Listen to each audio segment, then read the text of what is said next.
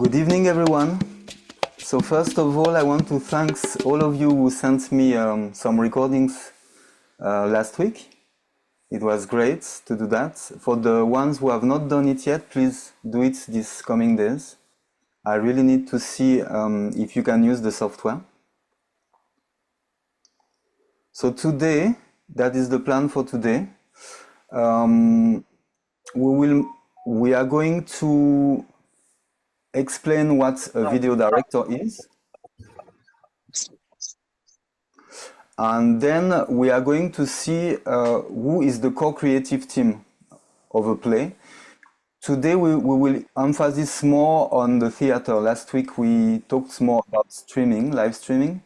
This week we will see more especially the live streaming towards the theater. So we are going to see the role of the director, the playwright, the lighting designer, the sound designer, and the set designer.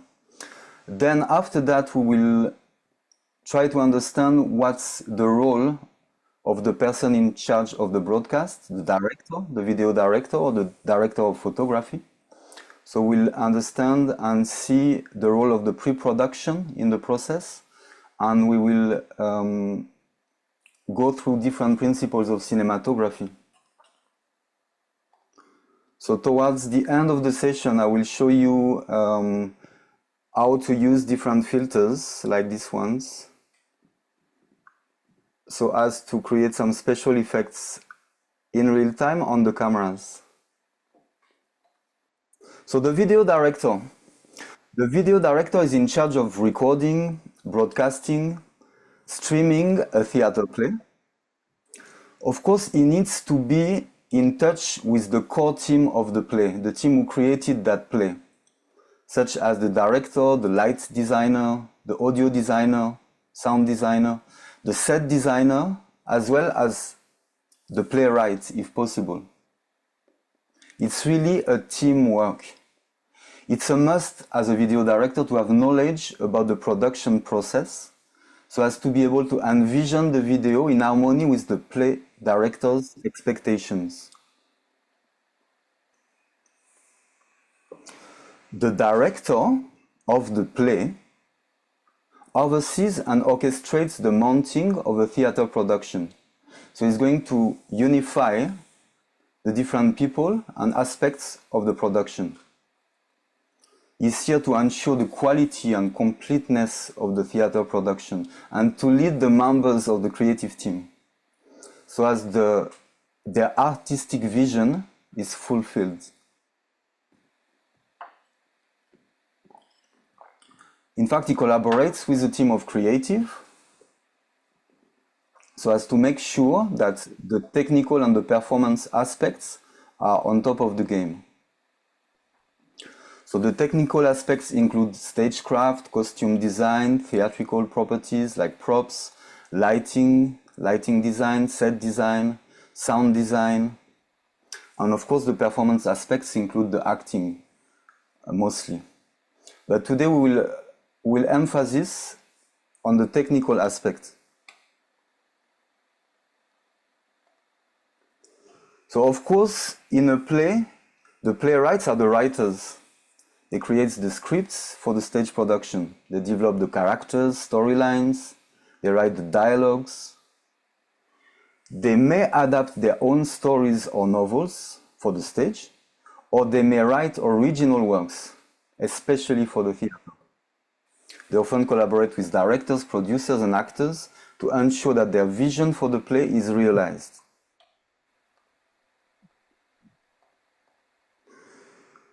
Now let's talk about the lighting designer. Of course, lighting is very important in a play. It has a significant effect on the mood and the atmosphere of the production and the feeling that the audience will experience. For instance, the blue light is frequently used to develop a cold or nighttime stage effect. Brightness, lighting levels is another way of creating moods and atmospheres. An atmosphere of mystery can be created with low intensity lighting, as does the creation of shadow. So when designing lighting for theater, you need to consider what's the purpose. Everything should have a purpose in the lighting, in the sound, the direction, etc. So what's the purpose of the light? Is it to portray the time, location, mood, or atmosphere? Ask yourself why the playwright chose a particular time or place for a scene. So how to portray that time or place? What is the story trying to get across? Start thinking about lighting and how it looks in different settings at different times and with varying conditions of weather. What changes occur when bright sunlight suddenly gets blocked by clouds? Use your findings to create better theater lighting. Everything that gels onto a stage is there for a reason. Lighting is no different, and making informed and deliberate decisions about the use of lighting will enhance the audience experience. So there are different types of lighting, such as realism. Lighting designs for realistic productions need to replicate real-life lighting situations, which can be challenging to achieve. The partial realistic style combines realistic elements with those that are not so real-looking. The symbolism. Production based around symbolism focus more on the communication of ideas to the audience rather than depicting real life. When working on a symbolist production, the lighting designer can use lights to communicate, altering color, for instance, or using spotlights to highlight a particular aspect or character. We also have minimalism. In a minimalist production, the set and props may be very sparse or non-existent. Minimalist productions often rely on the characters to create the entire experience. Lighting is heavily relied on in minimalist productions, often for creating the whole settings. For this reason, lighting sets on minimalist productions are often quite complex. Here we can see that some LED lights are being used to create the shapes. Then we have fantasy. With fantasy productions, the lighting designer may be able to use lighting effects not usually suitable. These include an increased range of colors, strobes, lights, or internal lighting.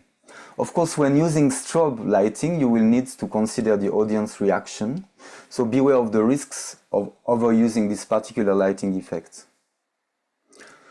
So how to play with light? What are the different parameters, different settings? Decisions regarding lighting will include the following: the color, the intensity, the focus, shadow, blackouts, and transitions. So the colors, of course, different colors have different meanings for an audience. Blue is associated with cold, as in the bluish look of ice. Yellow, on the other hand, provides a warmer atmosphere, like the warm glow of the sun. It's not just the color of the light, but the color of the surface on which that light is projected. Mixing different colors of light is not the same as mixing colors in paint. When combining the three primary colors of light, red, blue, and green, it has an additive effect and produces white light. So of course you have to be careful of not sending too much light and focus on the right colors. The intensity. Theater lighting does not just allow you to have it on or off. Of course, you can adjust the light intensity, the brightness. Intensity levels are generally rated from 1 to 100. And this allows the lighting designer to balance light evenly across the whole stage. So we are talking about all these creatives in a production to better understand with who the videographer, the director of photography, is going to interact to get the best outcome to pull out an amazing broadcast. So another setting for light is the focus. A light's focus refers to the definition of its beam. With theater lighting, you can often alter the beam size and focus, giving it sharp or soft edges. Soft edges are suitable for blending different light sources. With a sharp-edged beam, you can spotlight a particular character. The shadows, the mystery of the shadows, as well as controlling what the audience can see through the use of shadow, the lighting designer can also create hidden spaces. Using shadows can create compelling atmospheres and moods, or give an impression of a character's personality. Someone emerging from an area of darkness could be perceived as being untrustworthy. And finally, the blackouts and transitions. Moving from one lighting state to another is referred to as a transition. These changes in lighting can happen instantly or be slowly or subtly to create a particular effect. Instant or snap lighting changes can be used to shock the audience, while they may not notice a slow transition until the result is clear. Blackouts occur when a stage is in complete darkness. Blackouts can be used as a sign to the audience that the play is finished, or for a significant time or location changes. So we are now going to watch a short video of a light designer, a very short video, just to understand his approach of light design. The lovely thing about Warhorse for me is that it's a show all about collaboration, and for me it's got one of the clearest lighting languages that I can really explain. It starts in Devon before the First World War, and this boy meets a horse and falls in love with it, and it's the pastoral idyll. Both the horse and the boy are trying to go back somewhere, so it has to be somewhere we feel nostalgic about, and it has to be somewhere that we can remember. And the First World War did some very, very particular things that were expressed through art. You know, there's a very clear language of ideas in Warhorse.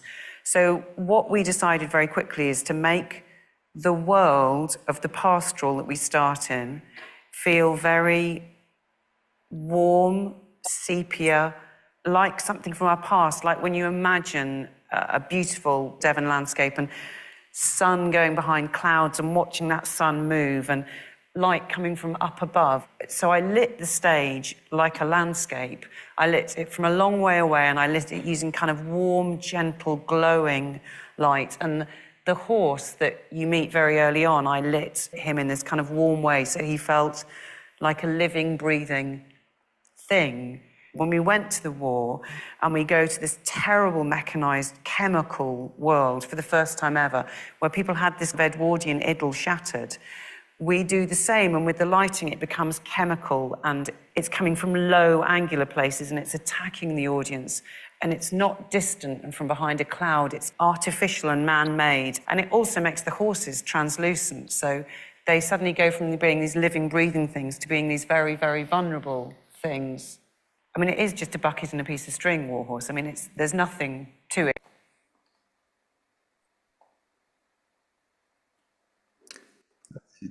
I don't know if someone has a question at that point.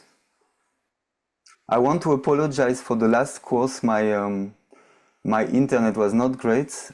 I hope it is better today.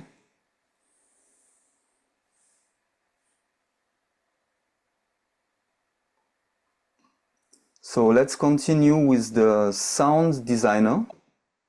Let's see some aspect of the sound. Let me check the chat. Okay. Let's start in the department. We have media and records and promotions. We have that is. I don't know whose mic was on, but you can keep it off for now, except if you have a question. Let's go to understand a bit the role of the sound designer. I know some of you are also part of the other courses, but I know that some of you are not part of these other courses. about sound design and lighting design and all that. So that's why we are somehow going a bit through these different roles of creatives in a play, because I am not sure that everyone is following the entire course, the entire other courses. So let's go to the sound designer's role. So as you can imagine, the theater sound system does more than make your production sounds good. It shapes the entire storytelling and viewing experience. Without the right kind of sound at the right moment, it's difficult to immerse your audience in the scene. So sound design quality influences theater productions. It influences the narrative, physical space, emotions, and musicality. The narrative. A play's plot moves the action along and enables the actors and directors to tell a cohesive story. And so do the visuals and sounds associated with the narrative. A plot exists as a collection of words until it's brought to life through physical action and sound. The auditory aspect of the production can come from added sound effects, music, or sounds made by the live actors and props. Sound is unique from visual content in that it can be heard outside the scene, adding extra layers of narrative context without being in the audience's immediate viewpoint. Within a narrative, sounds and music are often categorized as diegetic or non-diegetic. Diegetic sound is anything that the characters can hear, whereas non-diegetic audio consists of things like musical soundtracks, which are meant for the audience entertainment. Underscoring can exist in both a diegetic or non-diegetic sense, though the former happens more often in musicals, where characters sing along to an accompaniment. By experimenting with sound using these two senses, within or outside of a scene, play directors and sound designers can shape a script and add layers to it that can't necessarily be conveyed with words alone. The physical space. Visuals are essential in creating a scene, but the audience aspect takes them from being pretty pictures to immersive experiences. A scene that takes place on a jungle set is much more convincing if there are sounds of wildlife all around, rather than silence or even unrelated noises. Balance is always key here, because you don't want to overwhelm or distract your audience.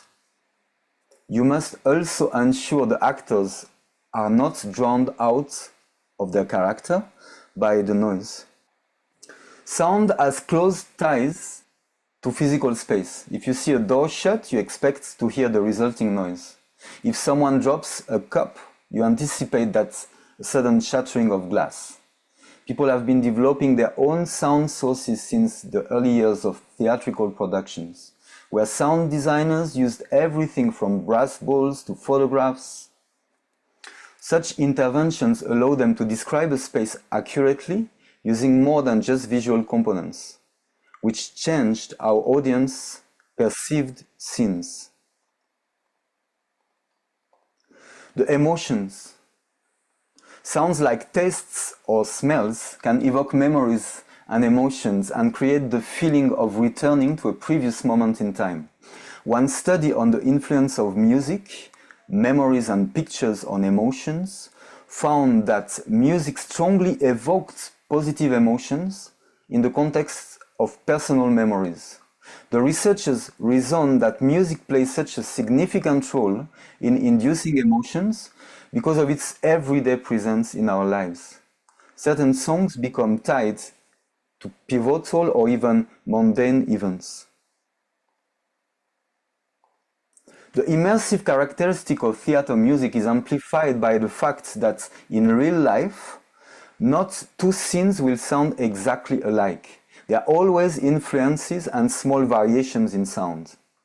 This difference creates a more realistic scene and enables audiences to suspend their disbelief, believing that this fictional world has become real. Effective sound design can help you bring the audience into the play by extending the physical space that the action and sound occur. Then, of course, the musicality. Even without the use of a musical soundtrack, sounds have a musicality of their own. Arranging them in specific ways can create rhythms that inspire an audience to feel happy, sad, excited, or a range of other emotions. So we are going to, again, to listen to a testimony of a sound designer, very short one.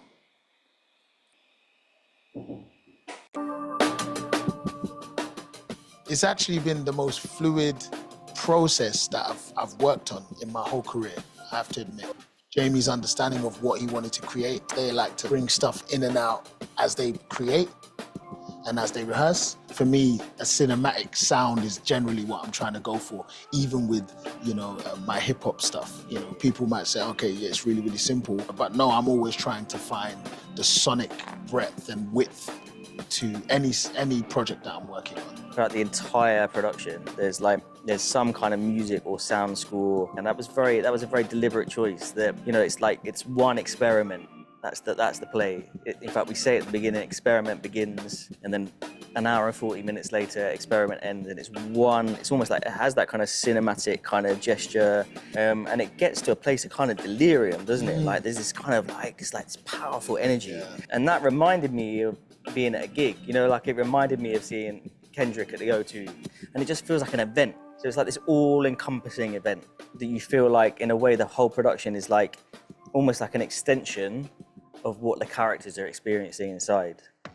I create something that I call the well, and in that well, these things kind of live. Right. And then I start mashing them together, like, because it's our heartbeat, but then it's also our pace and the pulse, like the you know, that kind of feeling. The theme, what I'm calling the theme, it came just from play, you know? Right. And it came from first filling the well, leaving it, then coming back, and then starting to play with those elements, and then the do-do-do-do-do-do-do.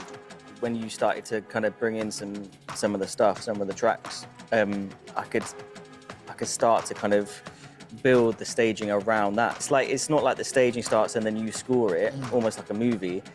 Sometimes it's the other way around, like the music will lead to there's a moment that I don't want to give away, but it's a very big moment in the staging of the production that has come directly just from hearing your work and go, that's what could happen at that moment. In my head, I'd made this stuff and I was like, I hope it works. Yeah. So it was so cool when you came in and you just was like, nah, yeah, it's perfect. It's all perfect. Yeah. All perfect. So.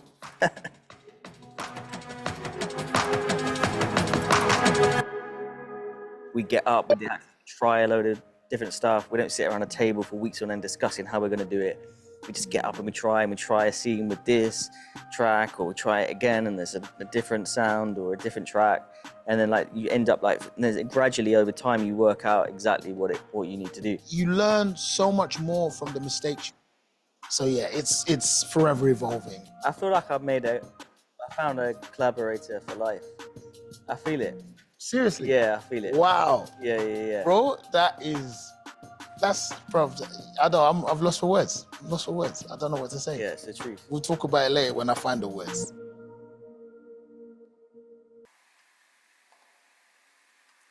Okay, next we are going to see what is a set designer's function, briefly. So the set designer. The production is an integral part of the theater and performance industry. Set design can help to transform how a play or musical looks to an audience. Those wanting to get into the industry can attend set design courses to understand. Why is it important? Because it has the ability to make or break a production.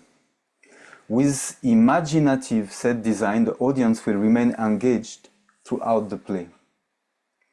A theater set serves a variety of purposes. Not only can it teach the audience about the play that they are watching, but it can reveal things about the characters on stage. Often the first thing people see when the curtains are raised at the start of a performance, the look of the stage must intrigue the audience and give them a taste of what is to come. The most important part of the set design is to convey the audience where the action of the play is taking place. A scene change often occurs between acts to indicate a shift in location, but it may also be carried out throughout the production. Set design should also convey the period of the drama, communicate themes and symbols, and work in harmony with other elements of the production, such as the lighting and sound. There are many ways to design a set. Usually, it depends on the type of production you're designing it for. Musicals or ballets with lots of different cast members may require multiple set changes or greater range of furniture and props. Plays that focus primarily on one character may be more effective with a minimalistic set to ensure that the audience pays attention to the actor and their emotions at all times. So again, we are going to see some feedback from a set designer, a kind of making of. I hope that people will get a sense of magic and surprise when they watch this show. I think it's quite astonishing.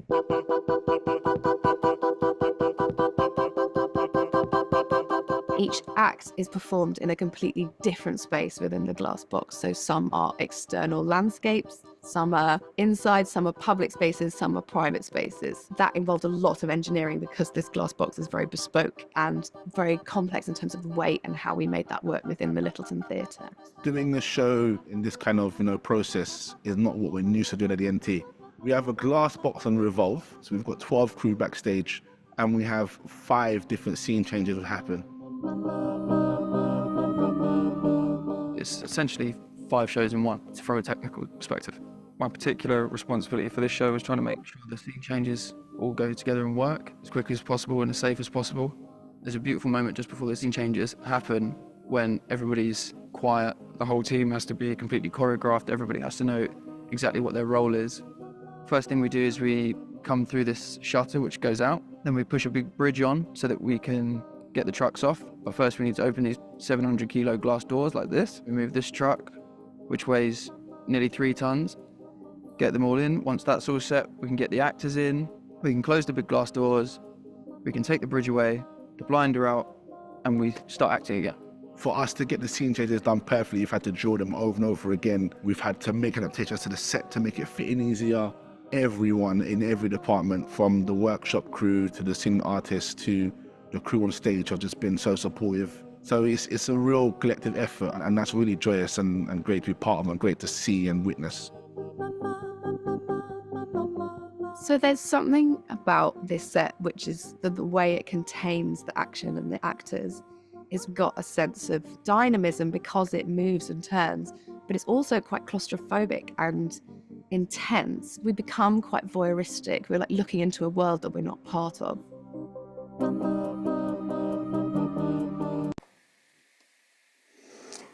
Okay, so we have seen all the different creatives, most of the important creatives, the technical creatives of a play.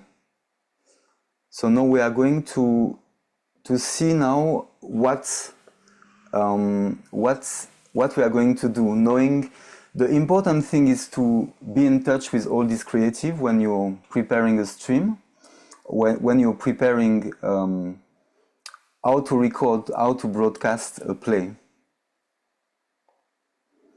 So the vision of the DOP, the cinematographer or the video director, of course, the point is that filming is not as simple as placing a few cameras in front of the stage and pressing the rec button. I believe broadcasting, streaming a theater play today should be as exciting to watch for the viewer as an hybrid expression, a meeting between theater and film. For years, we would see live performances which were recorded that way, more like in a simple way, switching from one camera to another. We used to have possibly one wide shot, one close-up, one medium shot. Now the idea is how to achieve something much more cinematic, something that is going to convey as much emotion as the play.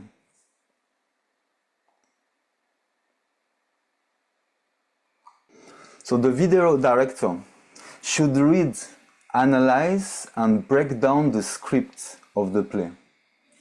There's a lot of research to be done before the recording, of course. So there's a real need to share with the play director and to share concepts and to share, to brainstorm with as well the playwrights and to go through that phase of diving into a script, the script of the play. Your findings will guide you the way the play will be captured. So finding the subtext of a script is a very personal process. Not two people will do it the same way, but Rob Hardy uses what he calls the 3-pass method, in which he reads through the script 3 separate times, taking a different approach each time. The first pass is about working in broad strokes. He reads through the script from cover to cover without making any notes until the end, at which point he writes down the subtextual themes that are prevalent throughout the script. Then the second pass, you can go through and find individual instances, certain lines, actions that support the original analysis from the first pass. This pass is essential because it forces you to find important moments in the script, moments which you will certainly want to highlight through your cinematic choices, your cinematographic choices. The third and final pass is a kind of cleanup pass in which you try to find other, more concealed subtextual content that might not be as essential to the plot. Of course, whatever you find throughout the process should be discussed with the director so as to avoid conflicts of interpretation. So the best, of course, is to discuss with the playwrights and the director once you come up with a cinematic vision.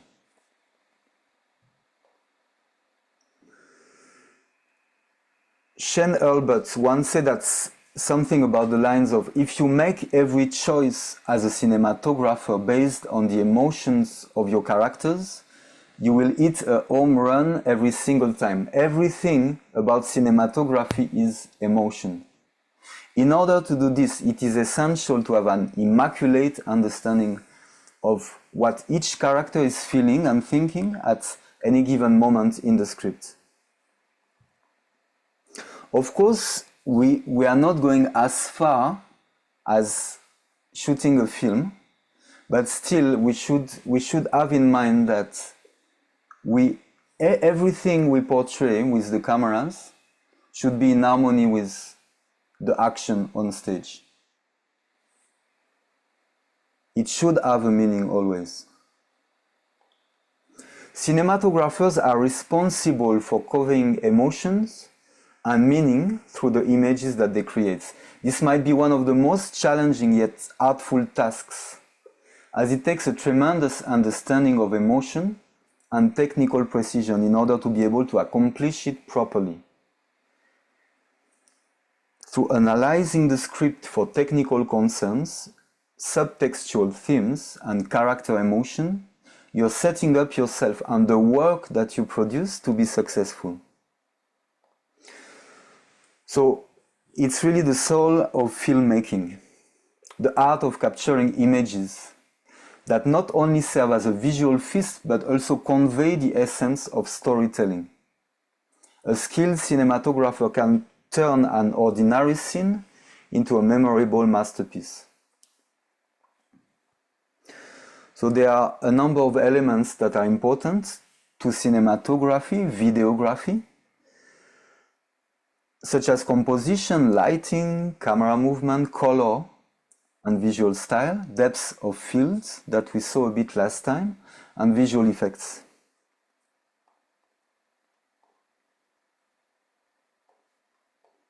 Composition. Cinematography begins with composition. The frame composition is an arrangement of visual elements within the frame. Last lesson we saw the different types of framing, some of the different types. Techniques like the rule of thirds, leading lines, and symmetry help cinematographers to create visually pleasing and meaningful shots. The choice of aspect ratio also plays a significant role in composition. So usually for the aspect ratios, we usually use 16:9, which is the size of your TV. But sometimes we can have a wider field of view, and we can use anamorphic lenses, or we can use cinema style, which in that case, the field of view is much wider. The rule of thirds, I just to show you a bit, when you type on Google, you will understand it that way. Of course, having the subject in the middle is not so poetic, not so pleasing to the eye. That's why we can have this into consideration. The vision of the director of photography, so the lighting, is one of the most critical aspects of cinematography. It can dramatically alter the mood and atmosphere of a scene. Techniques such as three-point lighting, key, fill, and backlighting, natural light usage, and high versus low key lighting are essential tools in an arsenal. Of course, here you're going to work in harmony with the light designer of the play, and you might twist a bit the lighting that has been done by the lighting designer. You might add a bit of more fill light. You might add a bit of global light so as the play is not too dark for the cameras. But in general, you will go definitely with what the light designer has prepared. So it's also a matter of still to interact with the light designer and to see what is most appropriate for the cameras. Camera movements. The way the camera moves can greatly affect the viewer's experience. Techniques like tracking shots, dolly zooms, and L camera work can create different emotional impacts. So for the camera movement and for the broadcast in general, of course, we are more free when we are broadcasting a play, especially for an online audience, because that way there won't be any audience most likely in the theater, so you are free to move and you are free to use different tools to have different camera movements, such as gimbals, such as dollies. Once you have an audience, still you can do quite a powerful broadcast, but of course you will be a bit more limited. Though, remember, cameras are smaller and smaller, so you can still achieve unique way of broadcasting the play. The color and the visual style, the color palette and visual style, of course, will be integral in conveying the film's mood and themes. Of course, this will be greatly to do with the set designer. But you can still use color grading filters and production design to achieve the desired look. You can even use physical filters in front of the camera to possibly alter the sharpness of the picture, to alter the colors and different things. We are going to see that in a minute.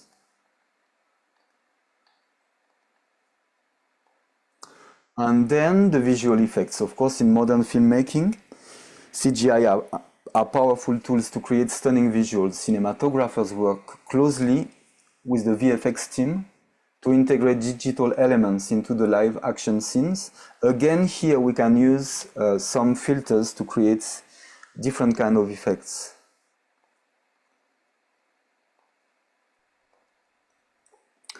All right, so I've talked a lot. I think it's time for you to tell me if you have any questions.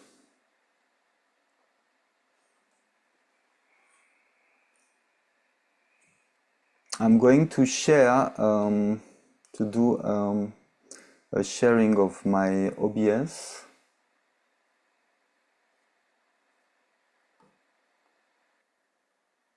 Trying to put it in full screen here. I wanted to show you my setup again of today.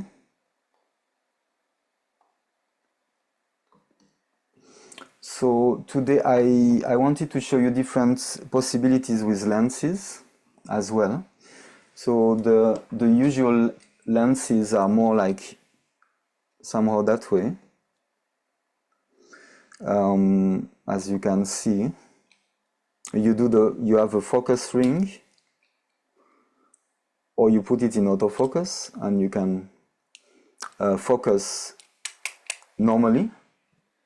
But you could do the same thing with such lens. This is a tilt and shift lens, whereby for once the focus is not only a focus which is at a specific distance, it also will change your focus according to the way you tilt the lens. So let's say if I tilt it that way, I will have my left part of the picture which will be sharp and the other part which is not sharp. Same on the other side, or I can do up and down. I can as well use some of these physical filters that I can mount on the camera. So these are more to give a special look to the broadcast or to intensify the look of a special scene, of a specific scene. So for example here, you can see that it influences the light. It is something that you can stuck on your camera, and you can actually create some kind of flares. So you can do it with different types of filters. This one is a bit too much, and filters like that, or like this. Some filters are also just to make the picture a bit softer, or some are there for making the picture darker, or to give a tint to the overall color. For example, I have already set the camera, the main camera here, on the left part of the screen, and here I can put different filters in front of the lens to create different effects. So the way you move the filters will change the picture.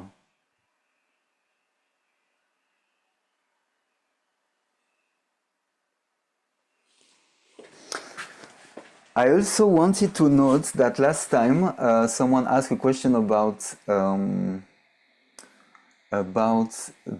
monitoring view with OBS, and in fact in your menu you have in your upper left menu you have File, Edit, View, and in the View column you can actually do a multi-view window whereby you see all your sources. So you can see that clicking just in one of them, I can change what is displayed on my preview window.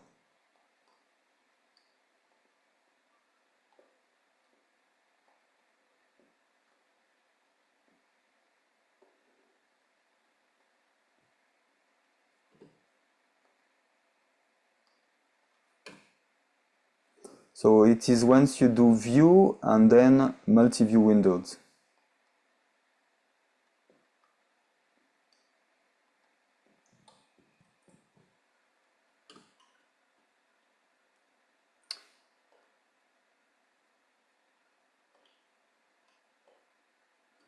All right. Any question at that point?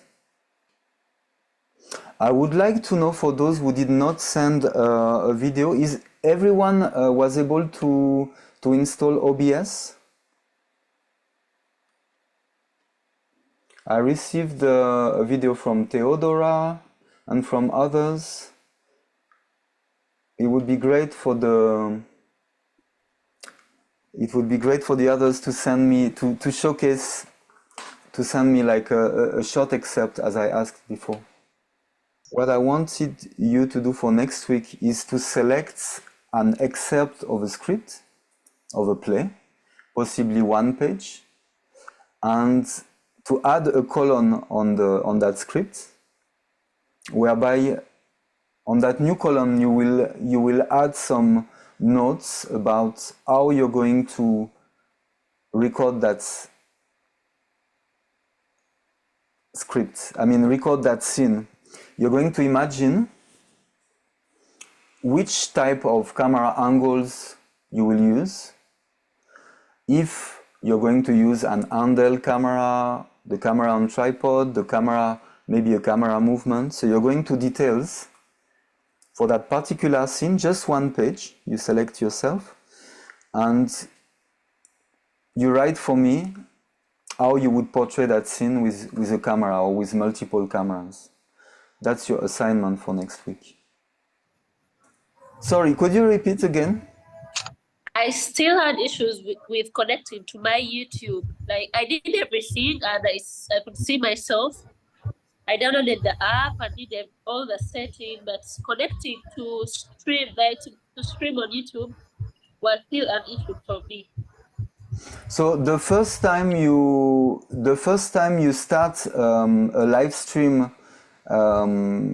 session, it takes 24 hours before being active. Oh, okay. So the first time you do that with YouTube, if you have never done it before, you will have 24 hours. After these 24 hours, your account will be able to broadcast live. Oh, okay. Thank you. I think that's So then you can do again the way I was explaining. Oh, okay. Thank you very much. You're welcome. Hello. I try also to be on YouTube, but I cannot finish the process because my telephone is not accepted. About the lesson of last week, about the OBS recording, or about YouTube? YouTube and the OBS also. I try, but I don't see which one is the good one. If you can send the right link, I'll be thankful. You mean to download the software or to preview the video of last week? To download the software. I found a lot of options. I tried one and I didn't. So OBS is only available for a computer. It cannot be installed on a phone, I think. You can only have a computer. Okay. I know that Fiona sent a link to all the participants, but we will resend it again to download the software. The link to download. You're welcome. Thank you. And about the YouTube, I cannot finish the process because my telephone is not accepted. You can. I suggest that you use a computer or like a laptop or desktop for any interaction with social media. At first, to set your accounts. Then you can still use your phone at a later stage, but at first, to set your account, you should be using a laptop. I made just in the computer, in the laptop. I didn't try in the telephone. Okay. I think though, if you rewatch the last lesson, you will. If you follow step by step, it should be okay. Did you try to follow all the steps? Yes, I was making this. I will try again, but I was following the step. I make two views, one of you and the other one in internet to make it, but Possibly my you could telephone number. okay, possibly you could send me on my email like a screen of the message you have when you're on your YouTube platform, where you reach up to where you reach, and if the error message or the step that you cannot achieve. Okay. I will help you Okay. out. You're welcome.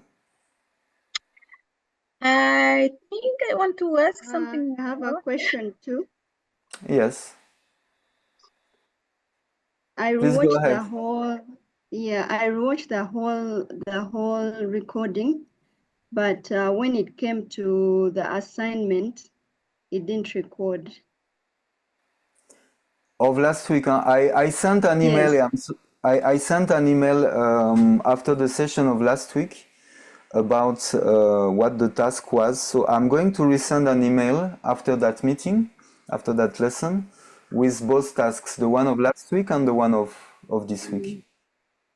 Okay, because I sent in something, but I don't think I sent in the right thing. I think I saw your Yeah, video. I did. Oh, okay, okay, okay, that's fine. I received 6 or 7 videos, and some were well done, because the whole point is how to switch from one source to another source, is how to manipulate the software, and to be conversant with switching from one camera to another camera, and to send also from maybe your webcam to a picture, or so, as I see that you can manipulate very well the software. I'm sorry, I have one question. Okay, thank you. Hello?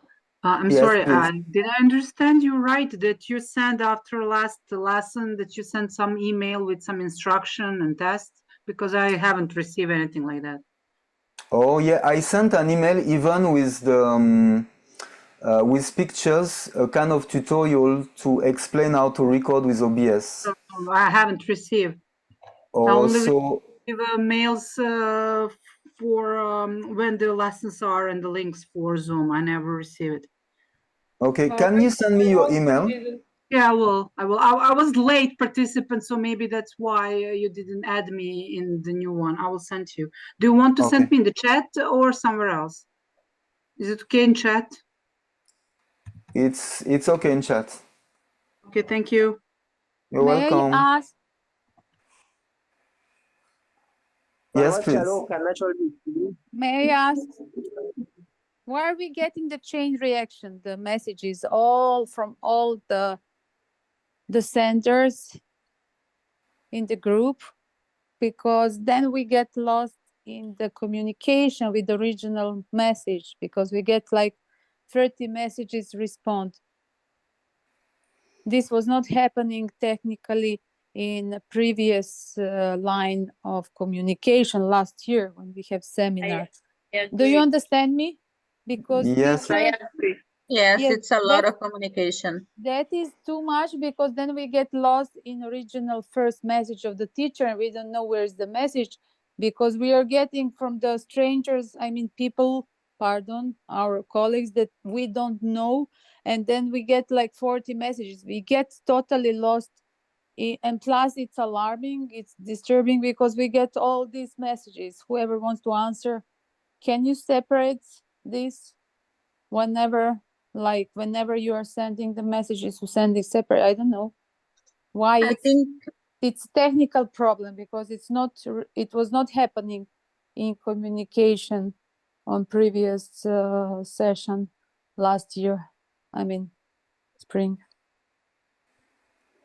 I am going to ask the administrator to send me exclusively the people that are part of this specific workshop, the live streaming workshop, so as to send them to send to you again some emails. I think I was replying to the overall. I was sending to the overall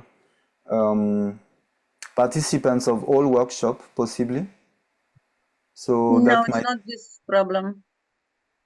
I think it's The because problem is when we write you back, it's go to everybody. I think if you send to us like BBC, when we don't see the other ones, but it goes to everybody, when I answer to you, just go for you, not for the other ones. Okay, so you want us to communicate with hidden like that the other participants cannot see the other address. That's what you're saying. There I is think these it's two best options, when it's BB like and this is an CC. option. Yes. Huh? We can try it because when you put everybody together, when I write back to you, it goes to everybody. If I don't look I'm just to sorry, answer can to I you. ask you something? The point is when you go to reply to the mail, you don't go to reply to all. You choose the other option, which is reply. It's on you, actually. So you have two kinds of reply. You have reply to all and reply. Just go to reply, not reply to all, and it wouldn't go to everyone. Okay, let's listen to Sonia. I see she raised her hand. Sonia Subotic, please go ahead. Yes, thank you.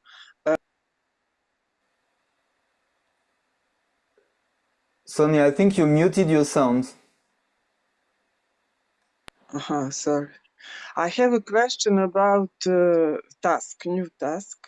When we do that scene, Yes. do we have unlimited resources, like lot of camera, lot of light, different light? No, That I is a think question that fell on my mind when I watch your movies today, and it is obviously that they had a very big production. So do we have a very big production? Okay, that's the question. I think let's be creative for that. Let's not limit ourselves to number of cameras and I mean let's use our mind and let's imagine something that everything is possible. We will see at a later stage how to use wireless cameras.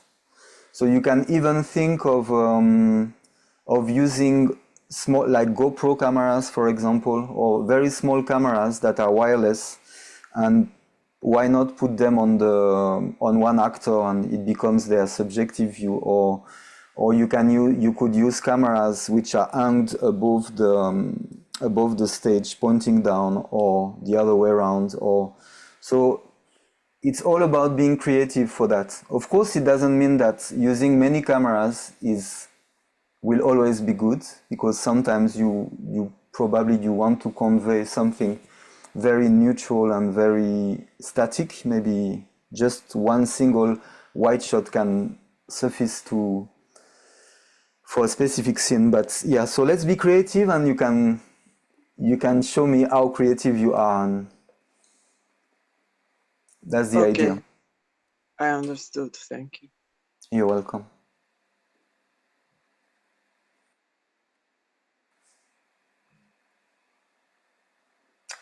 Anyone has a question?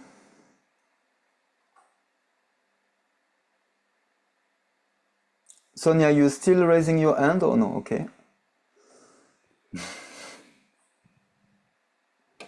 I think the other participant could have their camera on, so as we have a nice view of everyone. I wanted to know as well how many participants are part of how many courses. Like, some of you are also part of other courses, or you're only following the live stream? I'm participant of all three courses. I'm also a participant of all three, sound and the camera, and then this one live signing, live stream designing, kind of. Also part of the three. All three. Yeah, me too. I'm part of all of them. What about Oh, okay, everyone. So who is not part of the three? I'm not part of the three, I'm part of the two. Okay. I'm only part of this one. All right. So how should I improve the way I am communicating to you? How do you find the lesson interesting, or how? What's your feedback about that? I think for me, so far so good. The elaboration, the patience, and all. I'm not having any problems. Yeah, that's for me. For me, the presentation is good. Though you need, I don't know if you can, but you need to work on your network. Sometimes we miss out some things because of the network. And yeah, it is good. By the way, I find this one more interesting. This one and the sound design, I find them more interesting. So so far so good. Was the network better today, or? Today it was so good. Yeah, today it was good. You started Great. losing it there at the end, but it was okay. Thank you.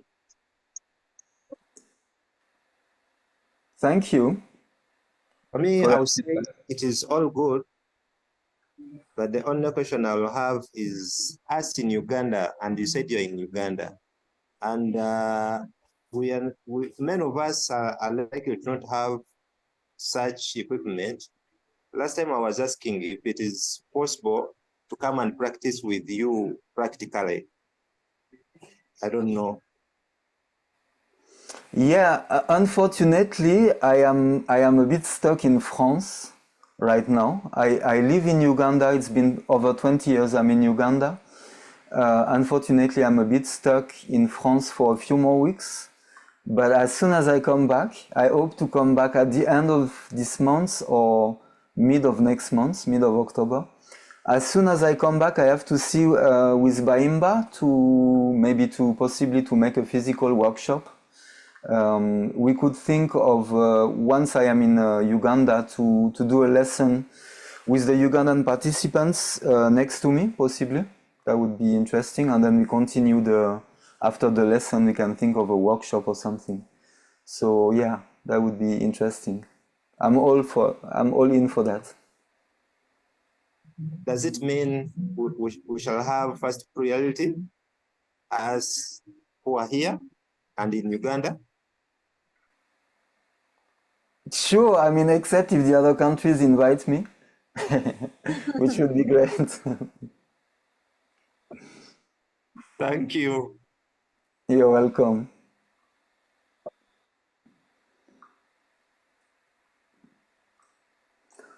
So I think it's all good. Anyone has a last question or remark concerning the way of teaching? How can I improve the way I'm teaching?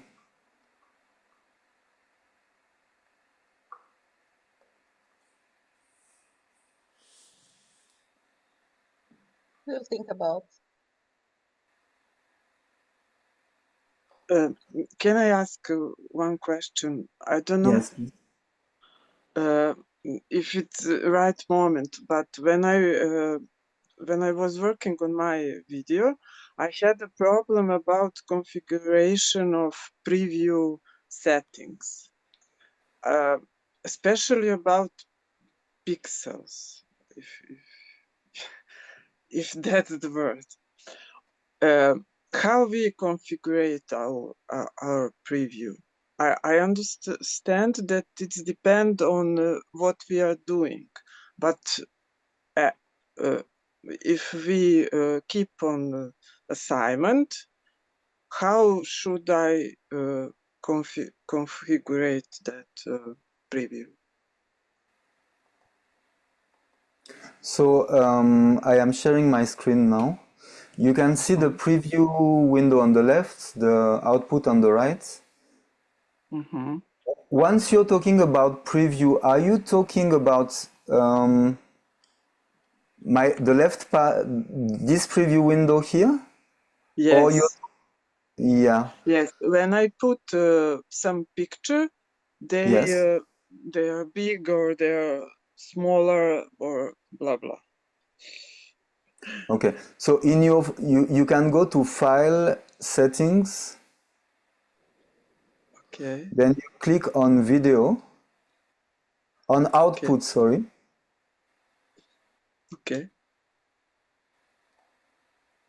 Let me just see. No, sorry, on Video. Click on Video, and then you will see here my project is in HD. Now, because my video output is active, I cannot change these settings. Okay. But it's a bit grayish, but you can see that my output is set for HD, full HD, which is 1920 by 1080. Meaning that if I import a picture of that size in one of my scenes, it will just fill the screen. It will be perfect. But if I import a picture that is very small, let's say 200 pixel by 100 pixel, it will appear very small on my preview screen. So I will have to resize it. If my picture is very high definition, like 5000 pixel by 3000 pixel, then I will have to reduce it. So you can see on my preview window, I have a red square around myself, around my source. So if I can, of course, I can reduce it or increase it. And when we do like that, it's okay about quality. It's okay to do that. I mean, of course, once you reduce, if your picture is bigger, then it's better. It will be fine. If your picture is very small, resizing it means your picture is not of good enough quality. Once you will resize it, it will become a bit blurry, pixels are going to come. Okay, I understand. That's it. You're welcome. Let me stop the share. You.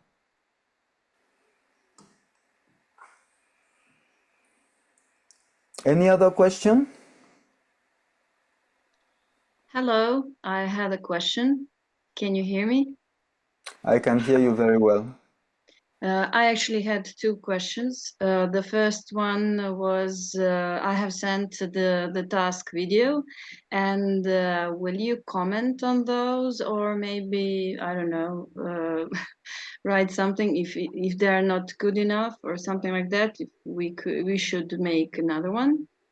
And the other question was I was interested in what would be our final exam, if it's not too early to tell us. Thank you. Thank you for that question. So at the moment, I was a bit disappointed by the fact that I only received 6 recordings. That's why I didn't give any feedback yet. So I really need to have more feedback so as I can comment a bit more. But I will definitely comment during the week. And then for the final exam, I don't know yet. I can't tell you much about it right now. It's gonna be a surprise. Okay. I hope we will be able to do that well. Sure.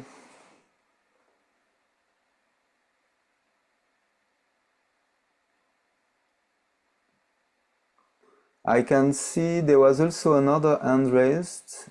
Was it Sonia? Actually, I have a lot of questions, but I don't want to take a space. Or maybe I should make my mind. What about audio? about sound in video. I didn't put the sound. I thought maybe later I would try to. I forgot. I simply forgot. But later I was thinking it must be mistake, because when we are doing video streaming, we need sound. You mean for the video you sent me, or that we have not yet talked about the sound aspect? I thought about video I sent you. Yeah, in the email I wrote this the past few days, I asked to actually, ideally, if you can present yourself. Yeah, you have 30 seconds and 1 minute, but 30 seconds, you don't need to present for too long, but at least to introduce yourself and to switch from one source to another, from the live camera to possibly something that represents yourself. Or so that's what I had asked. I didn't understand it. Okay, I will send you again then. Thank with sound. you. Great.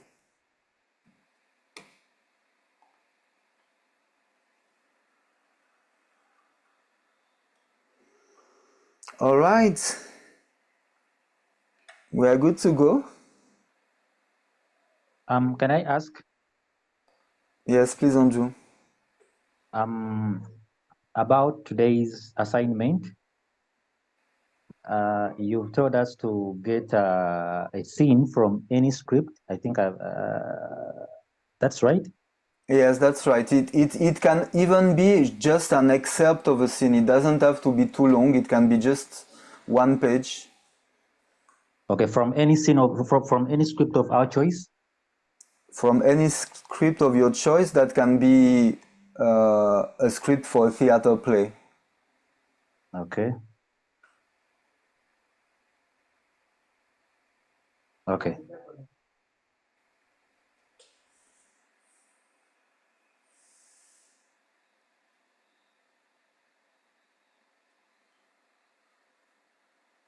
So today we had 20 participants, over 20 participants. Okay. Then the other thing, we like on my side, I have challenges with the WeTransfer.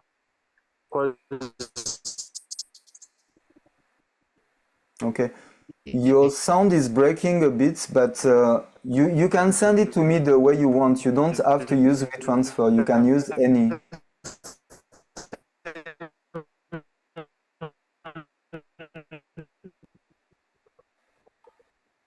You can use any way of sending a file if you want.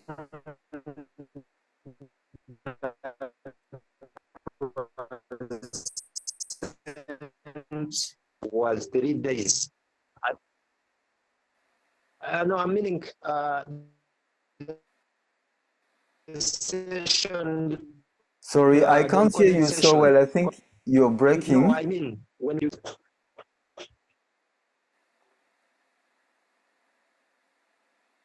I think you can send a message on the chat. Hello. Yes, Musa.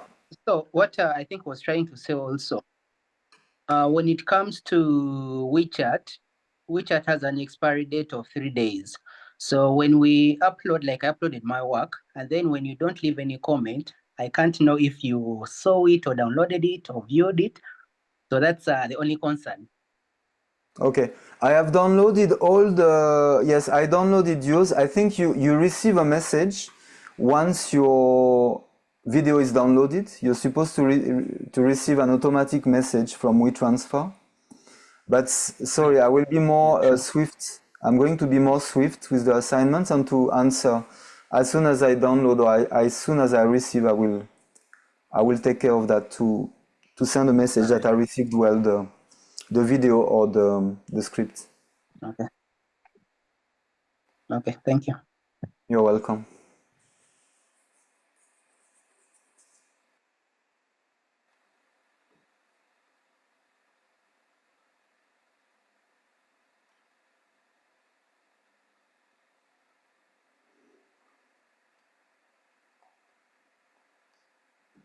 So, do we have someone from Cape Verde here?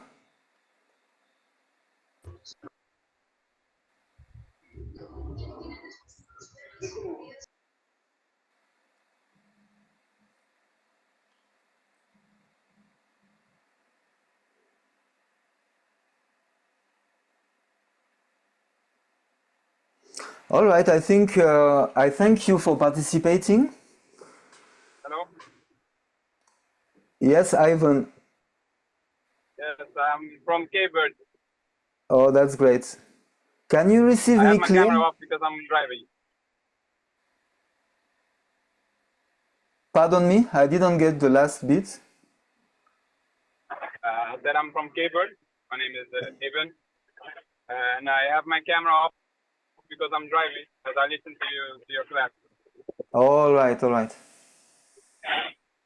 I'm also Thank you. going to send the video. I haven't done it yet, but I will send the video maybe tomorrow. Okay. All right, thank you. Okay. About the class, I'm really enjoying.